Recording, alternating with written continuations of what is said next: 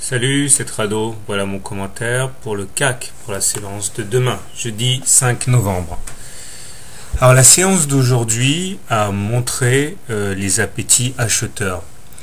Comme le montre la séance d'hier en figure de doji, c'est-à-dire avec un niveau d'ouverture et de clôture proche et avec une mèche basse très longue, il semble que les intérêts acheteurs se soient révélés dès hier, ce qui sans doute pouvait préfigurer ce qui se passait aujourd'hui. Il demeure que il s'agit en fait d'un grand coup de pied dans la fourmilière, puisque si on s'en tient à la figure chartiste de tasse avec anse inversée, eh bien elle a pris du plomb dans l'aile, cette figure, parce que là nous clôturons de manière très convaincante au-dessus de la ligne d'eau de la tasse avec anse. Ça veut dire que ceux qui ont prévu de trader cette figure avec pour objectif eh bien les 3401, eh bien ont sans doute intérêt à sortir de ce trade, parce que on ne sait pas jusqu'où la hausse pourra aller, d'autant que la M7 a été également cassée assez clairement. Reste à voir comment ça va se solder en clôture, mais c'est sans ambiguïté pour le moment. Donc à mon avis, la figure de tasse avec anse est morte. Cela ne veut pas dire pour autant que nous ne soyons plus en tendance baissière, puisque la M20 est décroissante et que les cours sont en dessous, mais les probabilités d'aller faire un throwback, c'est-à-dire un retour sur cette M20, eh bien ce scénario gagne en crédibilité.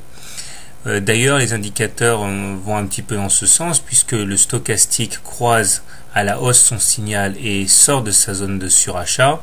Le momentum redresse la barre, même s'il reste négatif, tandis que le MACD eh bien, transite vers le nord encore aujourd'hui, mais reste clairement en dessous de son signal et en zone négative.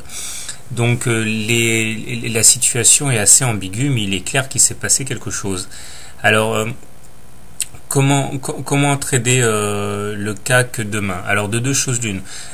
Si vous pensez que le mieux à faire est de continuer à parier sur une baisse de l'indice, je pense que le garde-fou devrait être, c'est-à-dire le stop-loss, devrait être une clôture au-dessus de la M20, parce que si on clôture au-dessus d'une M20 décroissante, eh bien ça remettrait en cause la tendance baissière.